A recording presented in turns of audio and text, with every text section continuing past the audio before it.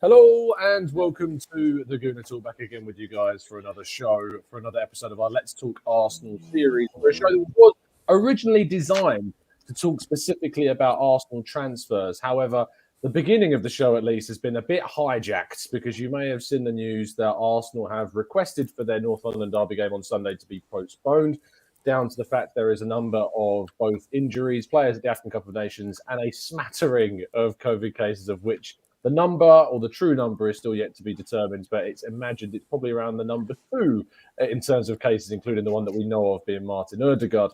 I'm very happy to be joined by 3 brilliant guests today to talk through that and, of course, go through the transfer talk a little bit later on. James, how you doing? Are you good? You well? Yeah, good. I was just on my way back from work, just trying to enjoy my train journey, switch off for a little bit before we talk Arsenal again. And nope, there's no slowing down in this world. So, yeah. Sure, we'll get into it. But I'm good. How are you guys? Yeah, good stuff, man. Very good. Thank you. As best as we can be. I was looking forward to the game, but obviously that's... we'll talk about kind of the benefits and the negatives to the possible postponement. John, how you doing, mate? You good? You well? Yeah, it's just such a... It's hard to even, kind of quantify what it means to be an Arsenal fan right now, or just a football fan. It's just so wild. There's so many different things to consider that we've never ever had to do, and I get that part of it's because of just the times we're living in and everything that's going on. But it's so weird. It's such a weird kind of it's new territory for analysis and what we have to consider. So, definitely an interesting winter window, I'll put it that way. So. Yeah, it's proving to be far more than just the transfers we had to worry about. It is indeed. Daniel Potts, seen you 2 times in the last 24 hours, mate. How you doing? You doing good?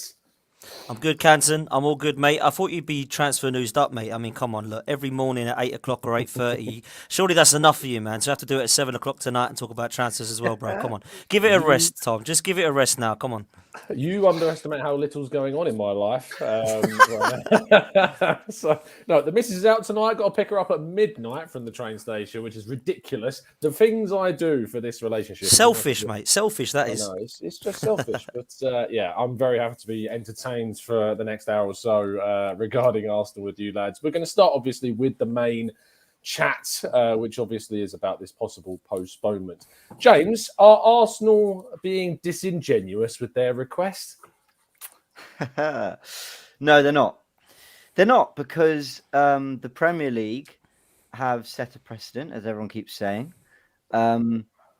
With certain games, there's been a total lack of clarity around why they're being postponed. With others, when it sort of comes out, people are sort of left scratching their heads going, really? I remember that Chelsea game, the postponement was denied, and then they fielded, like a £200-300 million 11 or whatever. Look, we had Jurgen Klopp come out and say, turns out they were all false positives. We could have played. And we've had to kind of swallow that and go with postponements that other teams have put forward to us, and the rules are there. And in terms of the injuries and the players missing, and even if it's just the 1 or 2 COVID cases, we qualify for that for the postponement rules. But I don't like it. I'll be honest. I don't like the situation. I wish we hadn't asked the postponement, even though I concede we might not have had any choice. And I don't like the rules that the Premier League have put in place. And I remember reading when it was first formally announced, this is what it's going to take to have a game postponed. I remember reading it thinking, have they just mentioned injuries and other, they're not just saying COVID, they're saying other things. I didn't really think too much of it, because I thought, well, maybe that's extreme circumstances or whatever.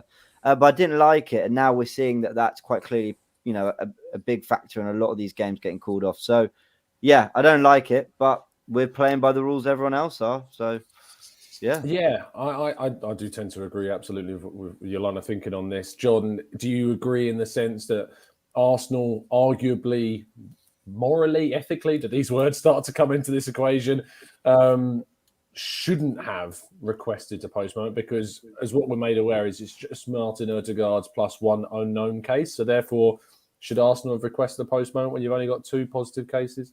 I mean, should is a question of morality, right? And these are the rules that they've implemented. There's nothing wrong with following the rules that the Premier League puts in place. At least them being the ones, people following the Premier League being the ones that saying that we're making an immoral choice by doing this. And the reality is if Arteta feels that we are not going to get a fair match and we're not ready to play this one, and I'm sure we're not because we have a lot of players out, even with the Cup of Nations. So that's a consideration as well. Part of the reason we're not having enough midfielders is because of some of our players are out in another tournament right now. And if there's an avenue based off of the depletions with medical concerns and injuries that we can actually field a team that Arteta feels would be more competitive for this extremely important fixture, by the way, then I'm all for it. And I don't think that should factor into it. So to answer your question, yeah, we should, because that's the rules. And if we can qualify for it, the question is, if we qualify it, will the Premier League, will they actually grant it if we meet all the criteria? And I don't, and like, that's my tinfoil hat. I'm not convinced that they will, even if we meet the criteria. They'll come up with, and that's, you know, you could say that's being paranoid, but I've been an Arsenal fan long enough to know that if they can screw over Arsenal, they'll do it if they can. And and that's kind of where I'm at. So I'm interested to see how they come about this. Like James said, they did set a precedent, and if we do meet the criteria, which is 12 players that we have now, then I think go for it. Go for it. If Arteta feels it's tactically advantageous to do so, I fully support it. Yeah, just to provide some clarity on that, if you've just joined us, we're talking about the prospective postponement of the North London derby. This is directly from The Athletic. Arteta's team was left with just 12 fit outfield players following their further COVID-19 cases and injury problems in the wake of Thursday's goalless draw with Liverpool. Premier League rules stipulate that teams must fulfil fixtures if they have full team players, 13 of which being outfield and a goalkeeper. So at present, Arsenal do not fulfil that criteria. And interestingly, Chelsea had a request for their game against Wolves back in December 19th to be postponed. That was denied because they didn't meet the criteria and they were deemed to have enough players to fulfill the fixture. I think they draw that game 0-0, I believe. I think I remember that game drawing out. I think it was 0-0, wasn't it? And I think I remember Tuchel coming out after the game and being very pointed in his analysis, as he typically is. Dan, where do you sit on this? Are Arsenal well within their rights to request this game, or do you think they should have tried to play it with the players they have? I don't like any of it, mate, if I'm honest. I think the whole thing just stinks. And it's just like, when are we going to get past these last 2 years? You know, we're now in 2022 and this stuff is still happening and reoccurring. So I don't like it from that respect. If it is only Martin Ødegaard, I think we're being quite cheeky, if I'm honest with you, trying to say that we shut it down due to the current pandemic. But if the law states that injuries count and we can only select 12, then we're only playing by the rules. And it looks like they're... I won't say this because I don't know that it's 100% true, but I certainly think it seems a bit dodgy, some of these games being cancelled. That's just my opinion. I don't know the science behind it. I don't know how the tests have gone. I don't know who's testing people. I don't know if it's like, yeah, we had 15 today. How many do you want today? 18 tomorrow? Yeah, 18 tomorrow. I don't know how it works. Yeah. I don't know how it works, really. It sounds a bit dodgy to me, though. How many do you want today? Yeah. How many is it? 14, is it? We've only got 13. Just say 14. Yeah, 14. Have to cancel the next game as well. It just sounds a bit of a madness to me. So there we go. Liverpool looked absolutely depleted last night. Not. So that tells you all I need to know about how that malarkey went on. So I think personally, if we can play the fixture with the right amount of players that should be fit and without COVID, I believe we should be playing it. Do you know why, Tom? Because I'm not scared of these. Have you seen how trash this team are? Yeah, they've got no Son. They've got Harry Kane as their only player. Name me another player that you're jealous of them having in that team. I can't wait for Martinelli and Tierney to be running at Tanganga and Emerson Royale. I can't wait to see the Gooner Matt Doherty try and play left back for the 5th game in a row. This team are trash. Yeah, so I wanted to play them. Big time wanted to play them. I was expecting to beat them. So let's just see what happens tomorrow, because we're being told that obviously it's been reviewed and they'll look into it and we'll get a decision tomorrow. But what I will say is if we are made to play this, then like you just said, Tom, there's only one other game, and that was very, very early on. That's been cancelled. So, of course, the Arsenal fans will come out in absolute uproar to say that the FA are against them and that they want to relegate us and they hate us and want us to fold, because that's what Arsenal fans do in their overreaction. So let's see what happens tomorrow, man. Yeah, that is expected to be when we will hear about whether or not, which again, it's fine for a North London derby because, you know, the fans are very close to each other and travel wise for fans, it's not going to be too much of an issue. But once again, the Premier League instead of, taking the time to meet, I'm sure, they've got families and stuff, but there is hundreds of thousands of fans all around the country that travel to games all up and down the country. And the fact that they cannot meet a rapid time. And there's this, I don't know if you guys, you've heard of this, there's this program called Zoom and Google Meets is another opportunity. They could, or StreamYard, you never know. There's a tip you could go on to StreamYard to kind of hash these things out to make sure that fans are well prepared to go to these games or not go to these games and be able to sort out their travel arrangements. Once again, fans being put seconds behind, the comfortability of the executives of those making the decisions. Now, James, last round of questions on this particular topic before we crack on with transfers. Both rival fans and, elements of the media as well have taken fairly unsurprising, quite exception to this. And we're seeing on social media that there's been a big outcry and a big criticism of Arsenal from both members of the media and also rival fans. How do you find this reaction? Expectant, or is it again still just, what we've come to expect now? When the Liverpool game was postponed, I was very careful with my words where I said, I've got no problem with Liverpool asking for it. Had no problem with that. And they got it. And if it meant they've got to field a stronger 11 across the two legs, good for them. It's not their problem. It's the Premier League and it's the EFL, and they're the guys granting it. They're the guys making the rules. They're the guys who allow or don't allow what happens.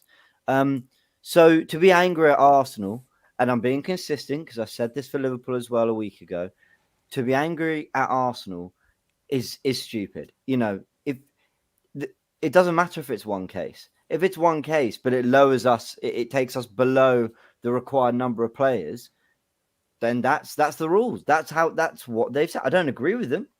And I've done my fair share of complaining about it, and I still think it's poor. I can't believe over 2 years into a pandemic, by the way, we've had a full season behind closed doors and a full season of pandemic football, plus a project restart, plus 3 months off before that, how they're still flapping, and they're sort of like, oh, I don't really know how we should do it. What were you doing for those 3 months? Besides trying to get football back, obviously. But you'd think at some point they might have come up with a watertight system. I can't imagine it's that hard to do, but maybe I'm being incredibly naive and ignorant. I've got a couple issues from Arsenal's perspective. If we're made to play it, and I think we might be, because where other clubs have been quite clever, they didn't announce really how many players they had or players and staff who had COVID or whatever, some training ground shut, whatever. We've actually been quite public about it. It's only Odegaard and maybe one other. So everyone knows it's more of an injury thing than a COVID thing. So I understand the anger from that perspective from other fans. Where I think it could damage us a little bit, if we're made to play this, and we might be, I don't like the mentality going into that game. Now, these players have shown tremendous resilience. I'm sure they might dust it off and get on with it and give it their all in the derby. But what I really enjoyed about yesterday's performance at Anfield was you could tell they went full strength. They were the bad guys. They were the villains. They, had all these false positives and could have played and messed everything around. We turned up with a depleted squad and performed like that with a red card, and a man down. And I loved it. And I think Arsenal got a lot of plaudits for that, and rightly so. I fear that I don't really like the narrative going into this game if we're made to play the game. And yeah, I quite liked being the guys who got on with it and actually weren't asking for constant postponement. But I don't know. Maybe that's stupid on my part. I don't know. No, I don't think it is. Look, I'm very much where you are. I was in a sense, if they were going to ask for a postponement at Liverpool and it fulfilled the criteria, look, I can't have an issue with that because I can't be annoyed at Liverpool for requesting something that they have the right to request doing. I could be frustrated about the circumstances, especially when it transpires that there was lots of false positives, etc. But that's a whole other debate. And so I feel like the same has to be applied for Arsenal. And yet I don't see that same level of kind of treatment for Arsenal, John, being given to us as we're seeing given to the likes of Liverpool and other teams that have faced the same issues. Yeah, and Dan kind of tongue-in-cheek said that it's overreaction, that we think that everyone's against us. But, I think there's been enough instances to at least create a reasonable doubt as to whether that may be the case, right? And in some form or another. And I'm going to disagree a little bit with James in respect to the narrative if we are forced to play. I think that one thing that Arteta's kind of done amazingly, and you could see that in just the away fans and how they outsung, You Never Walk Alone at Anfield, which was absolutely brilliant. One of the coolest things I've seen in a long time. So fair play to the away fans. They're just class all the time. But one of the things that will happen if we get forced to play this game is that us versus them that Arteta's actually done a fairly good job of fostering. And, Mourinho, you could say whatever you want about him, but he was in his heyday. He was really good at that. Eventually, that's all he had, and he didn't really have anything else tactically. So when that failed and didn't work, it was just like us versus them, and we're not doing what we're supposed to do. So we just lose all our games anyway, and then I yell at a physio and then get fired. So, in terms of what Arteta's fostering and the narrative going into that game, I think that's kind of what's going to be the plan. And if we can get a result after the FA says no, we're not going to do that, and we all feel aggrieved over it, that might be something very important, especially behind the scenes in the locker room. I don't know. I'm speculating there, but it seems like that is an aspect of what has been going for us this season. And whether it's fair or not, I have a hard time dealing with like this notion of fairness in the sport, especially when this much money is involved, just all around. They're never going to do what's fair. Ultimately, they're never going to do what's fair if it intersects or conflicts with their bottom line, right? So that, unfortunately, I think is a reality. I can't point to any specific instances, but I just know how the world works generally, and you could disagree with that, but when that much money is involved in anything, it's very difficult to do the right thing at the level where people can make the decisions to do the right thing. I know exactly what you mean. It's a game filled with controversy and big decisions, and should this be right? Should that be right? Why are some clubs punished by financial fair play? Others aren't. Yeah, I get exactly what you mean. And I also know what you mean about the kind of, Brad said it here, siege mentality, that kind of us against them, and I agree that could work in our favor. So that's another point. I hadn't thought of that. Yeah. Good stuff. I think that we were in a situation where Arsenal always find themselves as either the butt of the joke or the wrong end of the stick with, certain aspects. I always try to give a little bit of context and think, well, we are all heavily ingrained in Arsenal fan culture. We follow all basically Arsenal people besides our, smaller percentage of the outside footballing world. And sometimes we can think that things aren't going our way, but it's just because we're so connected to Arsenal in a way that we can perceive things slightly differently and in a biased fashion, just systemically, basically. So, but the problem is I do, with this instance, there is, for me, it just feels slightly different to those other times, Dan, where you're seeing, so many people, and it's especially, and coming from my own kind of, my colleagues in the media, and I'm noticing those as well from the outside of other teams pointing the finger at Arsenal in this case and saying how unfair it is because Arsenal just have the one plus the unknown COVID cases that have been confirmed, whereas other teams who have requested these postponements didn't have the same situation. But completely, again, missing the point that James raised earlier is that all that Arsenal have done is request based upon the guidelines that the Premier League have actually provided, and they've therefore done nothing wrong. And yet Arsenal are ones having the fingers pointed at them rather than the Premier League who've set these guidelines out. Yes, but on the other hand, I didn't see everybody pointing at the FA. I saw everybody pointing at Liverpool. So I think you've got to take it both ways. Personally, I think that whoever you support, you'll always feel hard done by. And I'm sure if you spoke to most clubs, they would say, oh, it's so unfair against us. Everyone's against us. There are certain parts of the last couple of years that I've looked at, certain VAR decisions, certain official decisions that I think have gone against Arsenal. But as far as the fingers pointed at us through other fans, I don't think you're ever going to stop that. There's going to be a lot of rival clubs that hate Arsenal. I sure don't like Spurs or Manchester United, that's for sure, or Chelsea, and I'll point the finger at them as much as I can. I think we've got to be real. We're fans, aren't we? We're football fans, and if it's unfair or if it's fair will be decided tomorrow.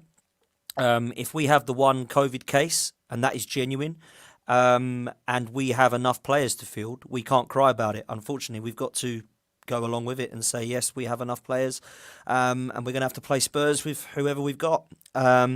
So as much as I kind of want to agree with some of what you're saying in terms of, oh, everyone should just lay off of us, everyone else is doing it, we've got to take it as we've been giving it out, because a lot of Arsenal fans have been dishing it out just as much as we're receiving now, trust me. So I think it's just part of football. It's just part of football. Absolutely, which is why, like, everyone watching this and everyone who goes on their platforms or whatever, like, you know, it's so important they look at the bigger picture and context. Like, hand on heart promise, when this Liverpool thing was happening, I had nothing to say about Liverpool. Really, I didn't. It was all about the EFL and the rules.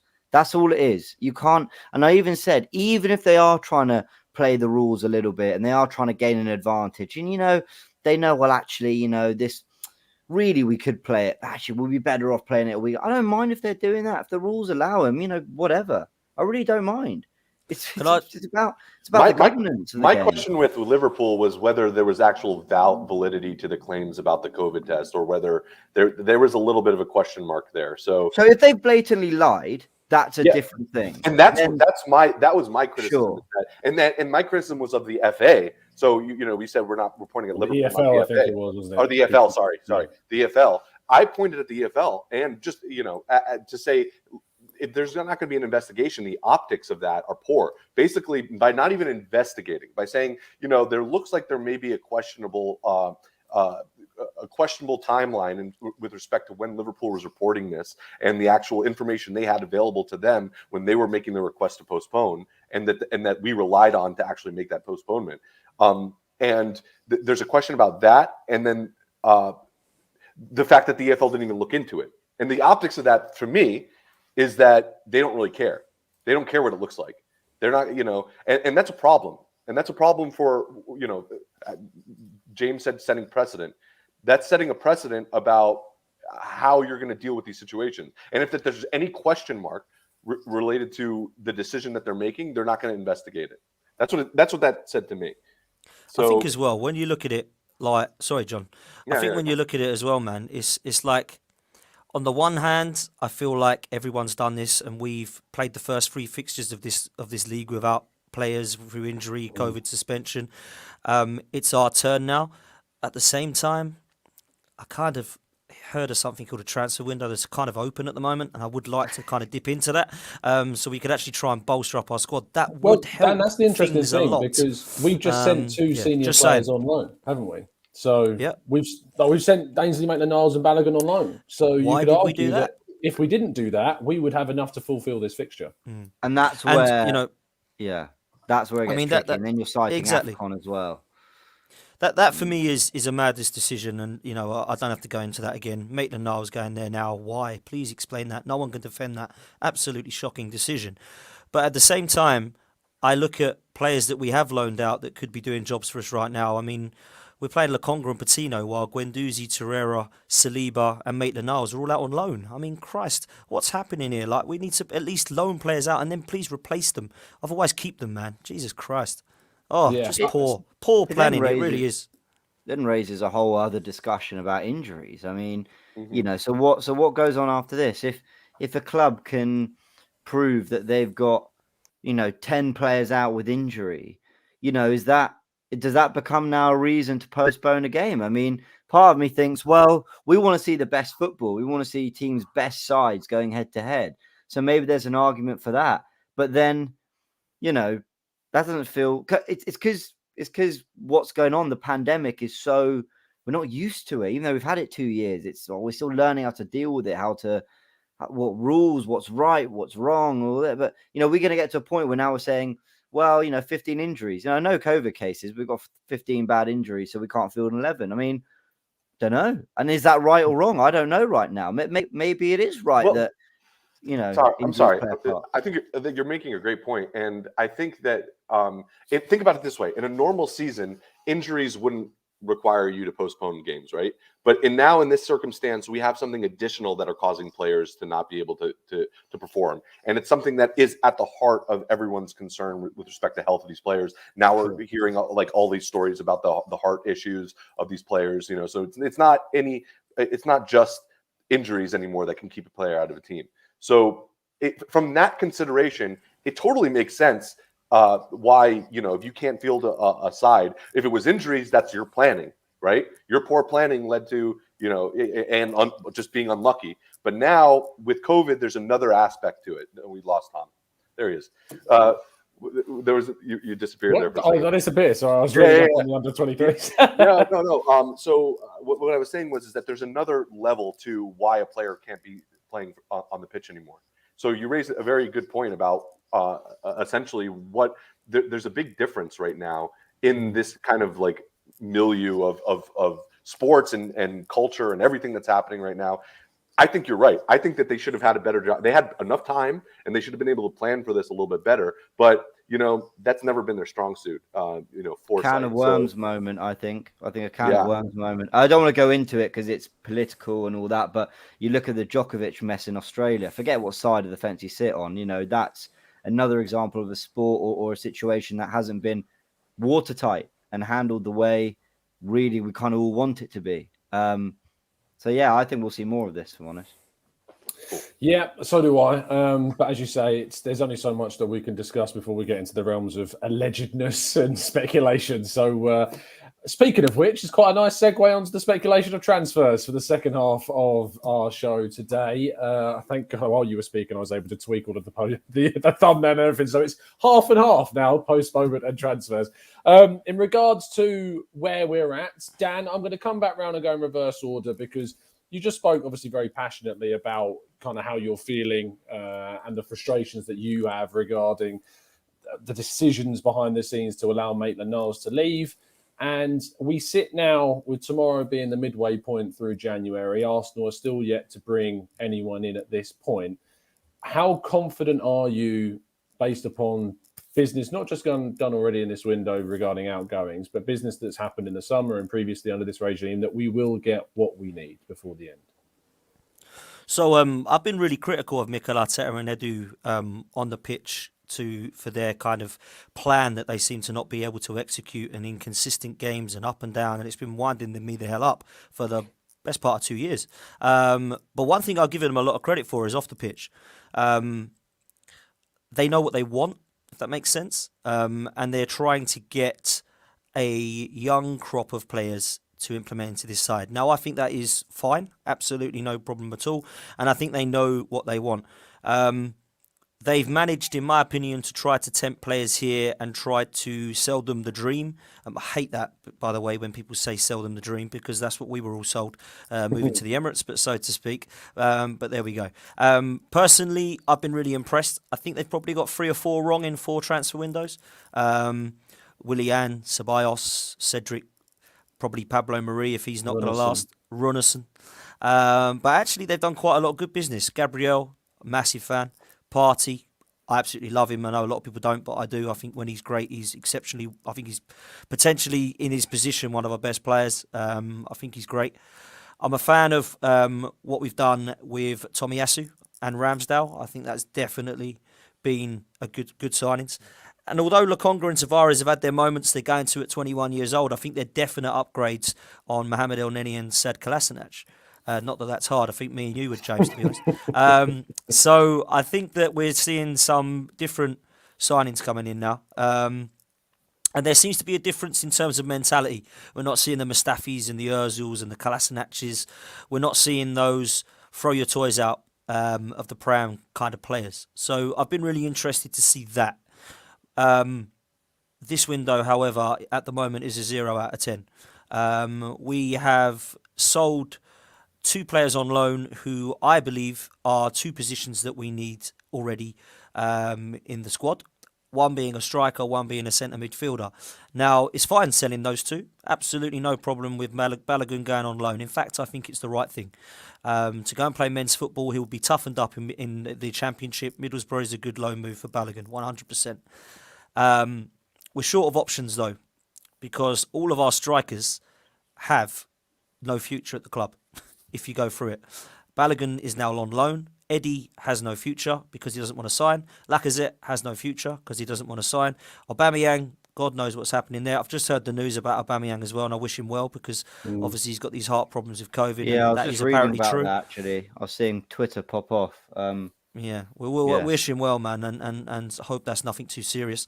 But he doesn't look to have a future here, and neither does Pepe. So where do we go from here? We need a centre forward. In central midfield, we're already light, and we knew we were going to be. And I just question whether Mikel Arteta and Edu understood that the African Cup of Nations was this season and not next season, because it seems to me that they're happy with Lokonga and Patino.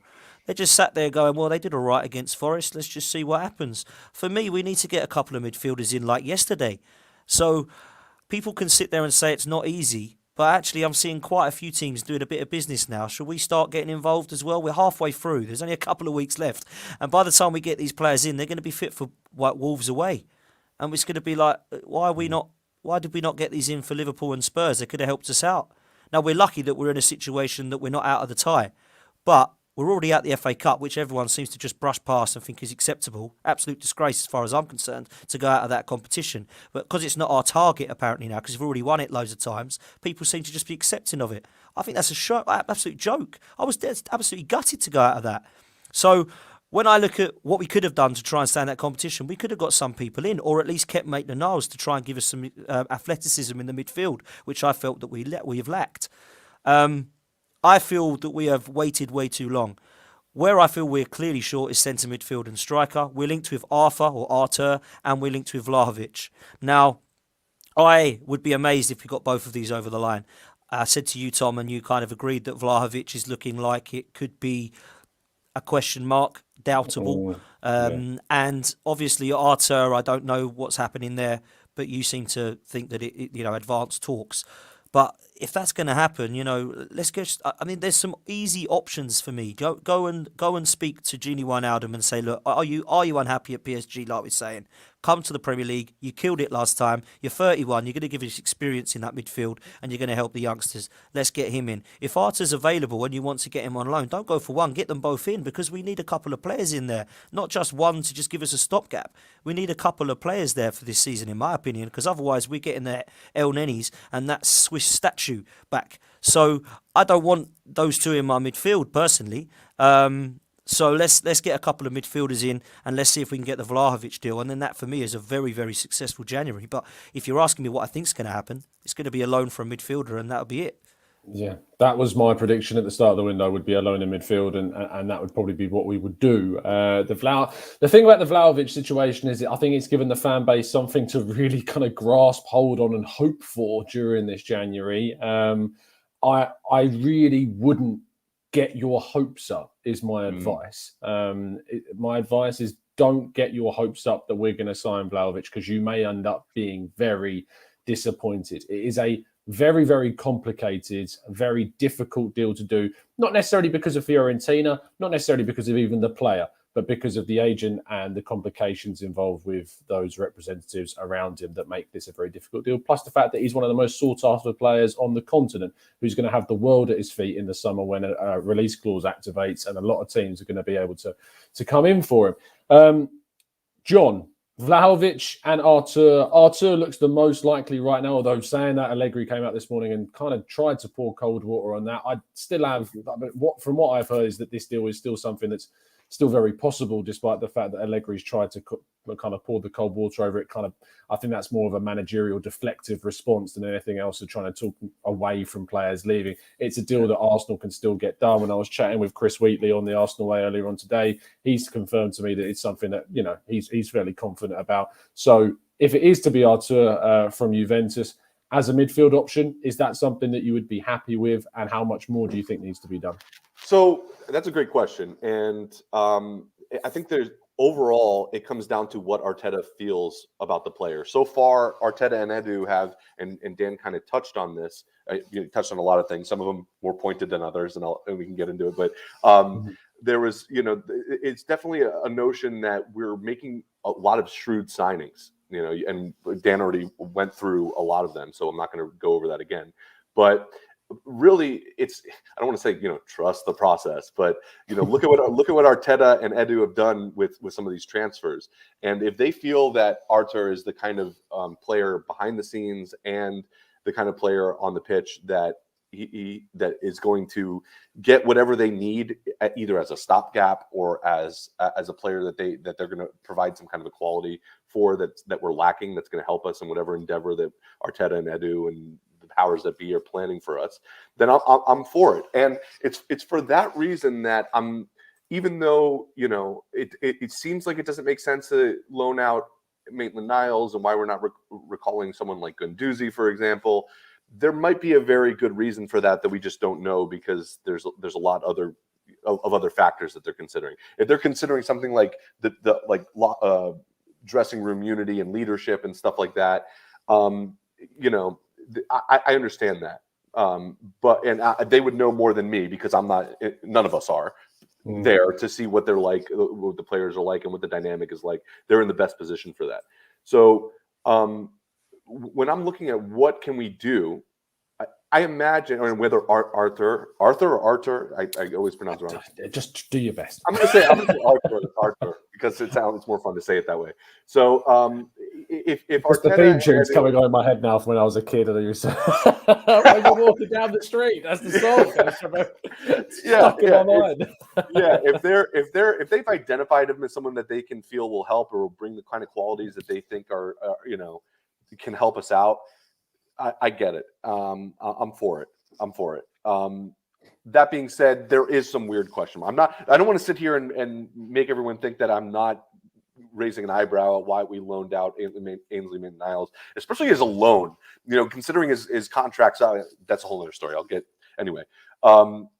Point is, I think we're going to need to make some signings. I think that a midfield signing, I'm with Dan, is 100% one that we need to make, given the circumstances we have. And, say what you want about Xhaka, but it's not someone that you can rely upon.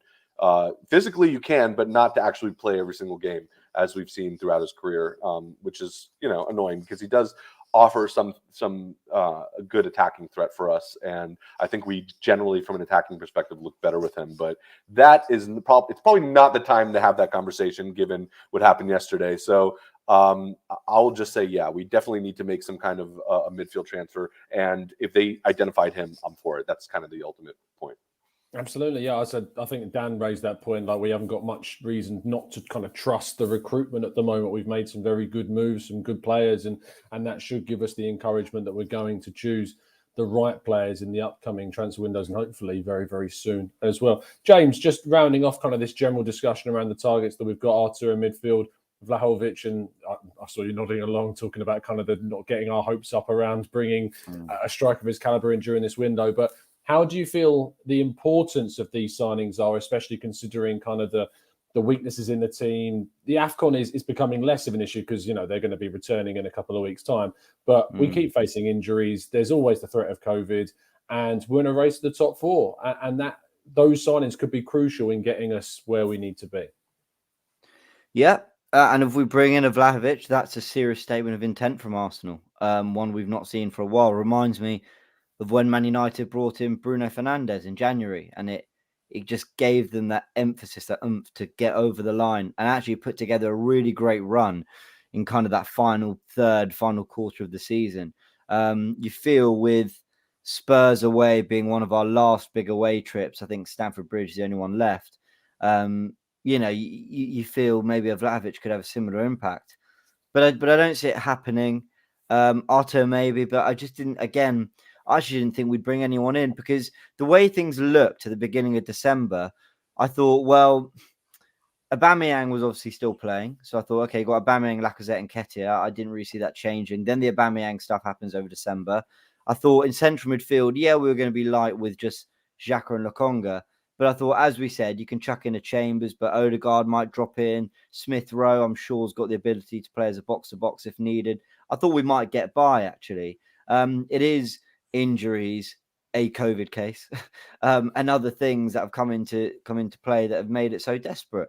So yeah, I think we'll do something, but I don't think it will be kind of season defining. I think it will be, will Arthur come? So I think Arthur's a really talented player. I've seen some really good comments actually about him and kind of how good he was at Barcelona and stuff. And do I think he can come in and be, in a year's time or whatever, a real upgrade to our midfield? Sure. But just kind of chuck him in when the first 11 isn't quite ready. By that time, Xhaka's back. I can see Arteta wanting to use Xhaka, who is 2 years familiar with what Arteta's trying to do. Yeah, I just don't really see a signing coming in that is going to take us up a level, but might just give us a bit more depth or enough depth to maintain whatever momentum we have and whatever kind of level we've been playing at this season, which might be enough to get top 4, by the way. But yeah, I just don't see that Bruno season-changing signing coming in. I hope I'm wrong. Yeah, it'd be absolutely brilliant if we were able to. And I mean, if Bruno ends up leaving on a loan with an obligation to buy kind of clause this window, which has been rumoured across some of the outlets this window, that would be really disappointing because that looks like a very accessible deal for Arsenal to try and achieve this Bruno window. Guimaraes deal at Lyon. Bruno Guimaraes, yes. Yeah, interesting. Yeah. I mean, Juventus I feel like that one pops up like every other season. Well, we are interested in him. Like Edu is a big fan of Bruno Guimaraes, and I mean, I wrote a piece today talking about kind of the 6 areas that Artur is besting Bruno Fernandes in right now. I'll just put a link to it in the chat box. Obviously go read that. What I'm trying to say though is, if this is the player we want, then whatever decision we make in the winter is going to be temporary, right? It's going to be something that's a stopgap one way or another. Because if you want that player, like clearly Arteta is in a position where if he wants the player, we're going after them. It seems like the board is backing him for that. So if this is who they want, why are we going to go for anyone else but that? Well, I think there's obviously restrictions with who you can get in the winter window. Clubs are a lot less kind of open to allowing their better players to leave. But what I think was shown by the Ødegaard loan in 2021 was that Arsenal had the capabilities of maybe identifying some opportunistic signings like Ødegaard was at the time. And I see Artur as quite a similar look. If they can put an option into this, or even not. I mean, Artur, like Ødegaard, could be convinced to join Arsenal on a permanent if he enjoys his time at the club. And I think he's a player of a certain level that represents a real boost to Arsenal if we were to, bring him in. Let's jump into the chat box because for the last 15 or 20 minutes of the show, we're going to be answering your questions. Viraj's asking very simply, is the Bruno Guimaraes still on? It doesn't look like it is, just to answer and put yourself at ease. And Ups, you're not going to get Saliba on a loan recall, so I wouldn't get your hopes up. James, we start with you for the question from Kaziri, who says, do you think that Aziz is ready for the fight? Player was recalled from his loan at Portsmouth. Arsenal very light in midfield. Could we see him included in any team in the near future? Did Marcus Rashford come in when United were also having kind of real injury problems up front? And we gave him a couple of goals, I think. Yeah. What was that? And we gave him a couple of goals at Old Trafford, I remember. Yeah, we did. We kickstarted his career. We tend to do that to managers and players. I use that example because if I'm right, and it was on the back of an injury crisis at United, and I remember us playing them and they had all sorts of injuries and still beat us. I think Carrick played centre-back or something ridiculous like that. And I think sometimes it can be something like that. I'm seeing Coquelin being mentioned. Coquelin was quite a few years older and had played in the first team. It can sometimes be something like that triggers the introduction of a player, and then you suddenly go, bloody hell, he's a superstar. So there's every chance of it. He's so highly rated in the Arsenal academy, and he's got a physical stature about him. He's not going to feel physically intimidated by the Premier League. But I don't know. I don't watch the guy. I've got no idea. I think he did okay at Portsmouth, but not great. 12 appearances in his time there. I mean, look, if we're going to play the derby, I'm not against it. Why not? I mean, I was actually thinking that conversation earlier about postponement. A little part of me, I want to win the game, but a little part of me would enjoy if we're made to play the derby, we just go out with a bunch of under 18s, to kind of make a point. Guys, we were serious. We actually have no one. But obviously Arsenal won't. They'll try and strap everyone up and get them out there. But yeah, Aziz, why not? It's Friday night. Yeah, chuck him in. I love that. Just throw caution to the wind and say, yeah, stuff it. It'll be fine. Case for Arthur. It'll be fine tactic. Rakshith asking, and Dan possibly offering a retort to your point earlier on. So I wanted to get kind of your response to this. I know we need players right now, but it's not that easy to get the right players that fit the system as soon as the window starts. It's important to get the players that are fitting the system. How do you make of that? I don't really care about systems. I know we need players, and I know Edu's got a job to do. I mean, that's a silly question, isn't it? Really? Oh no, Come I on. think it's got. I think it's a good question. I think it's I got was weight to kind it. of pointing Come that on. out. I was saying, like, it is. If there's a bigger picture here, then that's more important than anything. So has Edu not had all summer to look at this system and look at what we need? Or is it just like, January, right, wake up, Edu, come and have a look now. It's the 1st of Jan, mate. You're needed. Come on, son. What have you been doing for 6 months? That's the Who are you right going to go response, for? then. Come on, man. It's that's the right absolute response. madness. What you're It's a saying there is madness. right. In response to the question, the answer absolutely is, as you said there, the window, yes, opens on January 1st. But that doesn't mean that's when you can start discussing transfers. I You've don't had get all this, of man. these months to be able to start We are discussing in transfers. the 2 weeks in January and people are discussing Miguel Aziz and Jack Wilshere. Please, this is not Arsenal, is it not? I mean, this is unbelievable that we're even putting those names into the mix. We should be looking at Bruno Guimaraes, right? If he's not an option, we need to be looking at our next target, who is not my job, but Edu's job. If we cannot get Vlahovic, then we go for Isak. If we cannot get Isak, we try and get Calvert-Lewin. If we cannot get Calvert-Lewin, then we go for one of the Watkins or Tony. Surely you have your number one targets, and there's 5 of them, and you try to look at who you believe out of those 5 that fit the system that everyone keeps going on about. You try and get one of those in. I don't understand why this is so But look hard. at It's the so summer. hard. It's so But look at hard the to get summer. players in. But Man. okay, but I'll use the Buendia Odegaard example, right? Mhm. We were all throwing our toys out the pram because we lost out to Buendia. I think we all did, to be fair, Tom. Yeah. Because we lost out to Buendia to Aston Villa, and they have more ambition than us, and they're a bigger club than us now, and we're falling down the pecking order. And we said all this stuff, and I was part of it, to be fair. And yes, we didn't have Odegaard for the opening 2 games of the season. Yeah, would have been great too. But we held out. We held our nerve because that was a guy we really wanted. And look at the way he's performed this season as opposed to Buendia, who struggled at Villa. I think this is, what people mean when they're talking about the longer vision at play. They're saying, like, well, we might lose out a little bit in the short term, but if long term we're getting the right guy. I take your point, Dan. Shouldn't there really be 3 or 4 right guys? And it's about who's accessible? Sure, I completely get that. I just think then that's where the argument about January comes into place, about it being just such a difficult window to do anything. I don't think you can go Bruno Guimaraes, Renato Sanchez, Houssam Aouar. Right. Who's the most likely? Well, none of them. No, Leon, Lille, no one they don't want to sell any of them. So if it's a case of that, well, all right, well, Wijnaldum on loan, yeah, that might be an option. But, then that's a tough ask. Try and say to Wijnaldum, hey, you've just been at Liverpool and you're captain of Holland and you've been at PSG. Do you want to come to Arsenal and kind of fight for 6th? That's not an easy sell either. So I think that's just what people mean. I I don't think that would be their sell. Yeah. Can you imagine? Yeah, that They should hire you. To recruit. But I don't understand. I don't understand this logic of, well, no one else is doing anything. I don't care about anybody else. I care about us. I don't care what Aston Villa are doing that we're not, and I don't care that Newcastle are splashing the cash. Just worry about who we want, yeah? Because we don't want Chris Wood or Coutinho or any of those players. We need a defensive midfielder that we should be able to get, and we should have targets already, and we need a centre forward. We're not asking for 7 or 8 players to come in now to make sure it takes time. I could understand if we were looking at another 6 or 7 this summer. I'd say, do you know what? We've got pre-season. Let's try and get these guys in over the next coming weeks. We've got no time at all to get 2 players in, and we've left it ridiculously late. In my opinion, anyway. These games that we already needed, Liverpool and Spurs. We needed Forest, Liverpool and Spurs. A massive month. The only fixture pile-up we've ever going to have this whole season. And we've done nothing for it. We're nearly out of it. I mean, it's madness. Can I play a little devil's advocate here? Go for it, John. Yeah, thank you.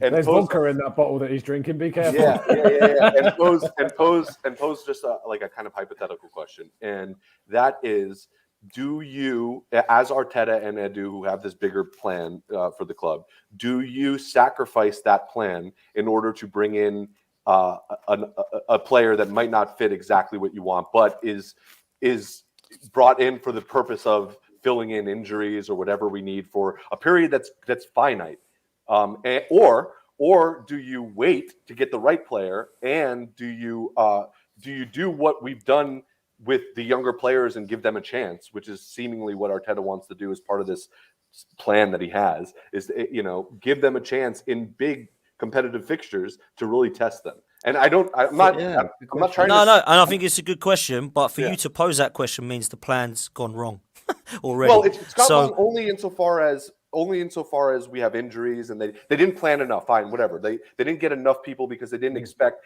things were going to start getting. They didn't think. Assuming that is a fact, because I don't think it really changes the analysis. If those are your two options, in hypothetically, which one do you pick?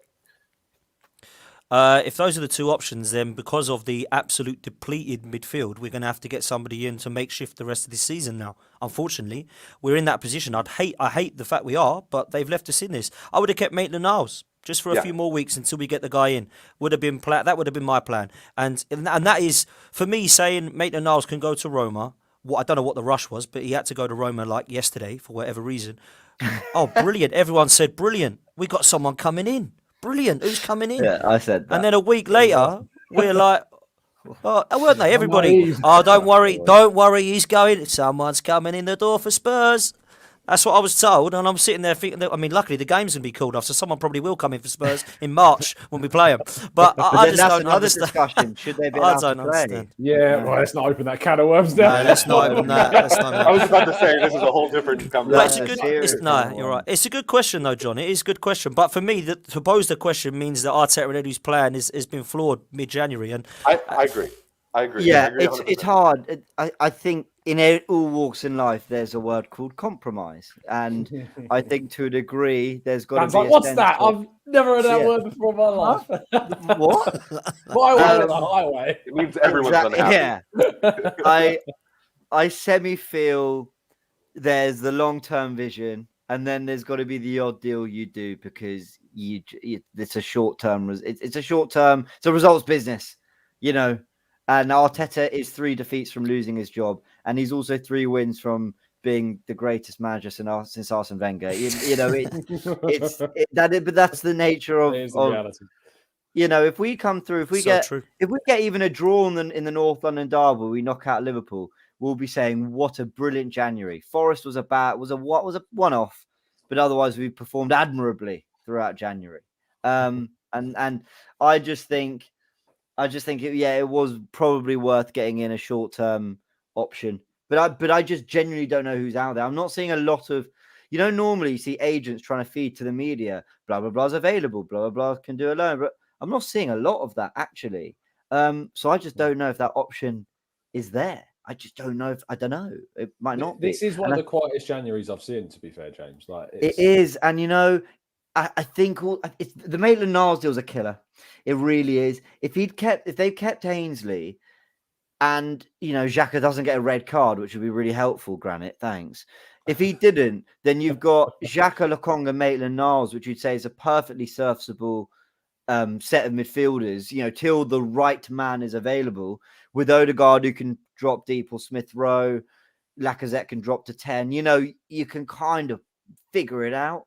And I just think that Maitland-Niles deal's a killer, and then the Xhaka red, and it just all crumbles on you. And I think it's just when it rains, it pours. It's a bit like that. So, but I'll be gutted if we don't do any business this window. We've got to do something. We've got to sense the opportunity there and attack it. That's what a big club does.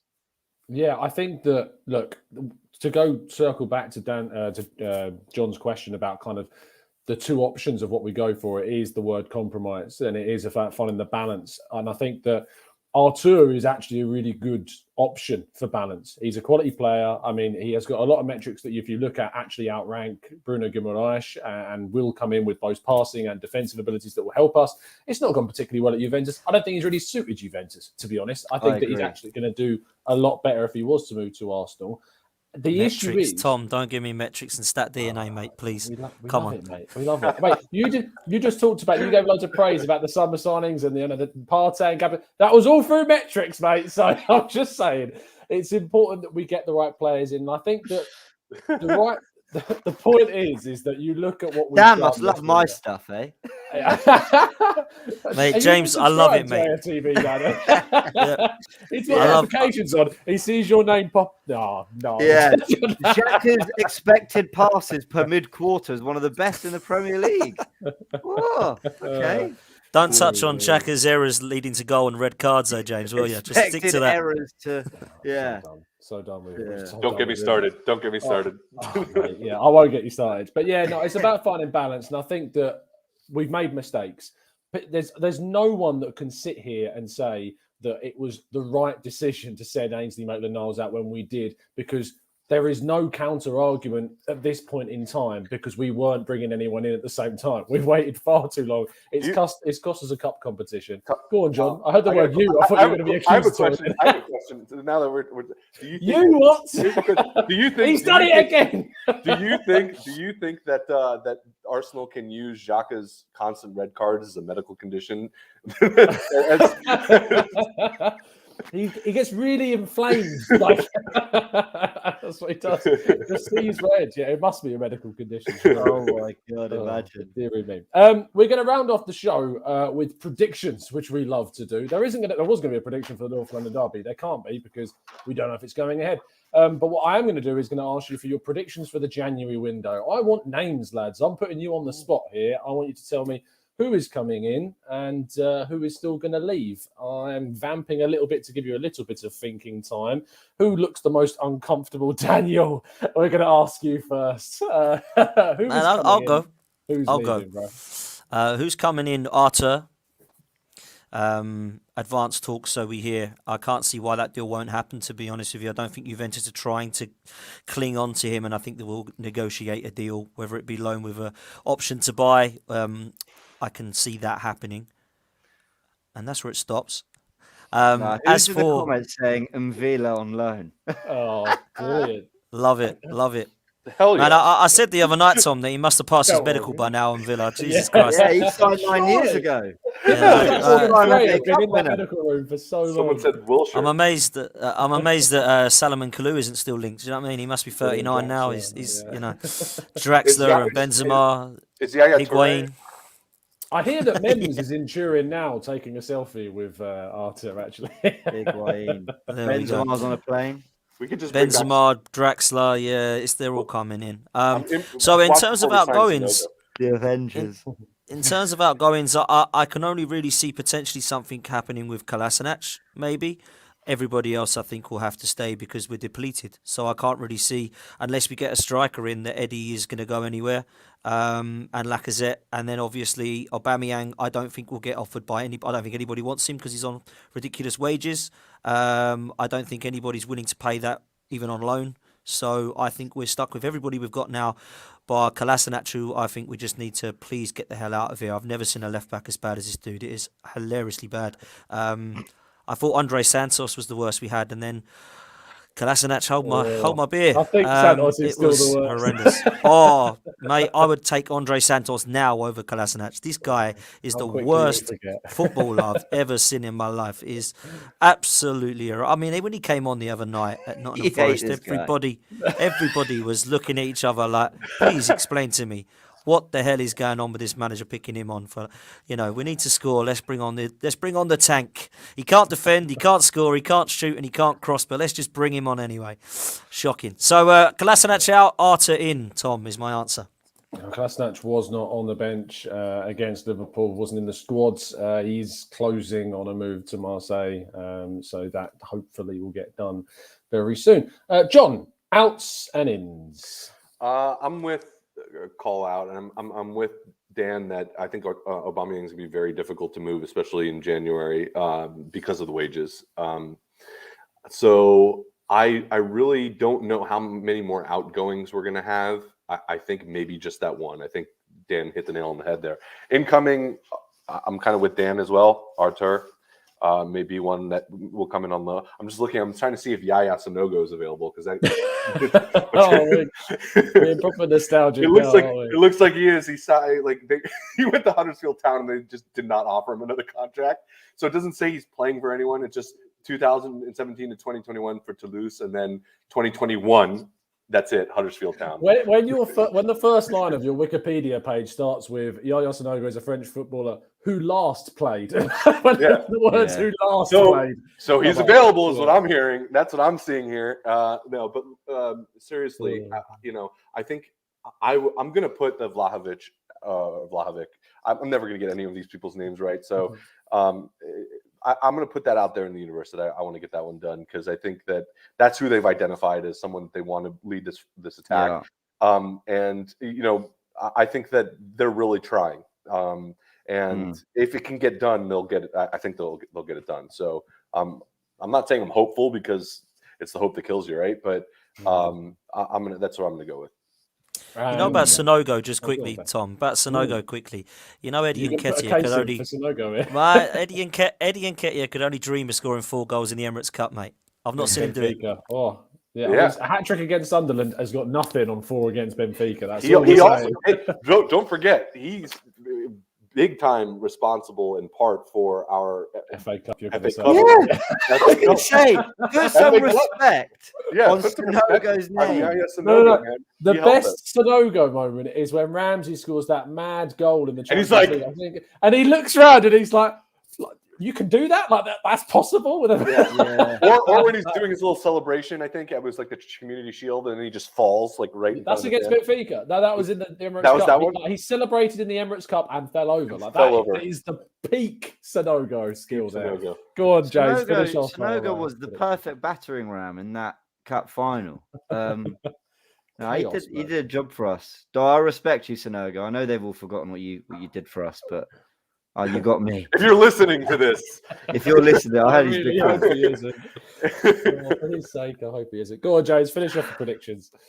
All right, I'll speed fire through these. In terms of outgoings, I don't see Aubameyang leaving. And by the way, I hope he's all right, because heart problems potentially related to COVID. I'm not sure. I'll look into that properly. But I hope he's all right, because that doesn't sound nice. And he's had bad luck, hasn't he, with COVID and all this stupid reporting about he got COVID after being at this party. Anyway, I'm not going to go into that.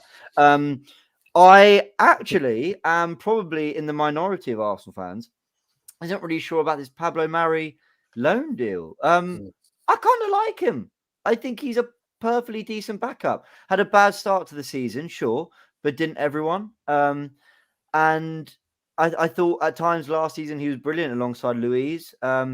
I think, I don't think we saw enough of him next to White, but I think he's a perfectly decent backup. I don't think Holding's any better, or worse, and maybe, but he's definitely not better. So I don't. Dan, are you shaking because you agree? No, I 100% agree with you. Rob Holding is a dreadful centre back. No, this is when Dan says yes. This is what he does. Right? Yes. You are spot on. Do you know what? No, but the reason I'm shaking when you said I don't think he's any better, but mate, Pablo Mari's a better defender than Rob Holding. I think I probably am. So Pablo Mari, I think you're right there, James. That's what I did forget. I think he's off. I think he is going. Udinese on loan. So. So really surprised by that. And then I think we'll see Kolasinac go and maybe a couple others. But then incomings, I do think an Arthur or a player of that kind of basically like a Real Madrid, Juventus, Barcelona reject will come in. So that sounds really harsh, but I'm just having a bit of fun on a Friday night. Don't take me too seriously. Will come in. And fun is very different. I know. They'll probably come in and actually do well. I think Arthur's a good player. I think would be a really good, sensible signing for us. So I hope we bring him in. Vlahovic is very interesting because Arsenal don't normally let this much get out in the media. Yeah. And there's been a lot said. And you see Arteta's been giving it the whole big smile, Are you optimistic you'll do something this window? He's like, I'm always optimistic with a big old smile. I don't know. It feels like Arsenal are trying to do something big. So I'm not completely ruling that one out, though I'm still on the side of it's probably not. But the way things have been going early in this window, a lot of talk about it. So we'll see. But if I'm putting my money on it, one loan for a very, very decent player, I think. Yeah, I agree with you. I lean towards no with Vlahovic just because of, sod's law, basically. Exactly. I think that Artur is a deal that we can definitely do. I have a weird feeling that I don't know why. I just have a weird feeling that he might not be the only midfielder. I feel like there might be a bit of panic at the end on deadline day. Something may come available and they just jump on it, and we've seen them do it. Just pull out shock signings in the past. So who knows? Arthur might not be doing it. That's not. Don't quote me. Pepper, I'm quoting him. I'm quoting Daily him. Mail and the Sun. Just you've learned your lesson. Don't take my words as gospel again, please. Yeah. So what you're saying, Tom, is Jan and Villa may still be an Arsenal player. That's what you're saying. Sebastian Frey is on his way to the club. He's going to play in midfield. Sebastian Frey. I remember that one. That's exactly the kind of news I needed. It's interesting that Yo-Yo says Sander Berg in the chat as well, because we were linked with him and obviously remained, I believe, at Sheffield United. As far as I haven't really caught up on with Sander. It sounds like I'm meeting for a drink at the pub, doesn't it? I haven't really caught up with Sander Berg in a spell, but when I next see him, I'll ask. But I think that, Arthur looks a done deal. Oh, that's really far down the line, but it looks like a possibility it can be a done deal. I weirdly feel like maybe another midfielder could even be looked at the end of the window. Striker, as I said with Dan, with James, sorry, I do very much sit on the same fence as it's a no right now, but that's not ruling it out completely in a weird kind of way. So yeah, I don't think we'll go for a striker if we don't get him, because I don't think the other ones are going to be available for what Arsenal are going to want to pay. So that's where we are at. Anyway, let's wrap things up. James, thank you so much, mate, for coming on the show. Tell people where they can find you and what you're going to be up to. No, thanks for having me. Honestly, this is, I think, my second appearance on a TGT. I love it every time. So thanks, man. So a little tally chart on the wall, just to his right there. What's that? Sorry. Said you got a little tally chart of your TGT appearance. Yeah, I cross it up. It's actually near my tattooed. bed. I just, yeah. Tattooed on his arm. Yeah. Number 2. Just little pictures of your face, like up his. Yeah. He's got a Tom stamp. That's what it is. Just Yeah. What are your tattoos? Well, those are pictures of my kids, and then that's how many times I've been on TGT. I think that's the way to do it. But no, it'd be good, and good to meet you, John, as well. And always great fun with you, Dan. Although twice in 24 hours I've seen you, that is a bit too much. But Man, it is too much, mate. I feel for you even, mate. Do you know what I mean? No, anyway, I'm on AFTV, guys. I don't really do anything else other than AFTV. My social handles are either James AFTV or AFTV James. I kept it quite simple, so that's where I am. He's a big supporter. There you go.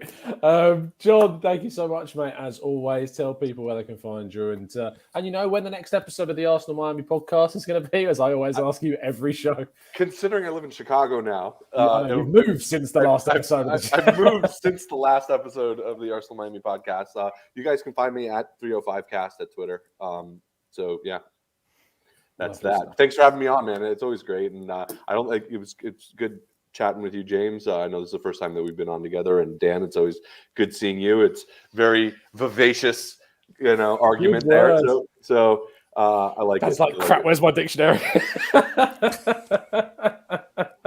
Lovely stuff. Cheers, Johnny boy. And finally, Dan, absolute pleasure as it always is, despite also myself seeing you twice within the last 24 hours or so. Still a genuine pleasure. And tell people where they can find you and what you're going to be up to. Cheers, bro. Always love coming on with you, man. Always a pleasure chatting with John, and always good fun with James.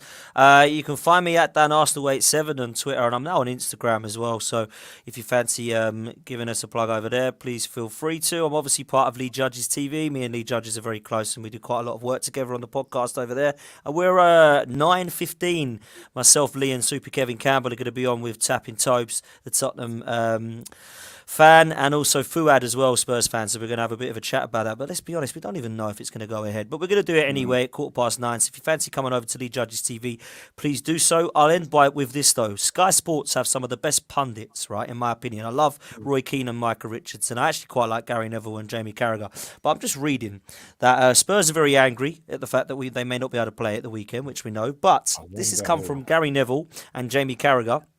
Gary Neville says the Premier League should force us all to play our games. And Jamie Carragher, I think is he Liverpool? Jamie Carragher, yeah, he's an Everton fan. Yeah. That's right. He's Liverpool, isn't he? He's Liverpool. He said the clubs are taking advantage now.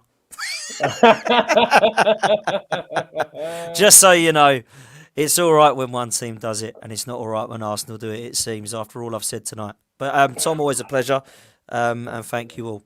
Arsenal are the straw that breaks the camel's back, as they say always. It does seem to be us that takes it that one little step too far. Thank you, Chatbox, and everyone that's tuned in on the live show. We've had nearly 2,000 of you tuning in live. Thank you so much to all of you, as always, for making this a great experience, and you're a great community that joins us every single day. You'll be able to join me tomorrow morning at 8 a.m. for the latest Arsenal transfer updates. You won't find Dan up at that time, but I'm sure he'll be catching up on the show as soon as possible. All these lives, because well, the world doesn't exist until 10 a.m. for some, so if that. But we will see you tomorrow at 8 a.m. And then there would have been a reaction to the Spurs game, but we're going to have to play that by ear. Hopefully, we should find out tomorrow morning if the Premier League get their finger out. So we'll wait and see. It's been an absolute pleasure as always. We'll see you very, very soon. And as always, up the Arsenal.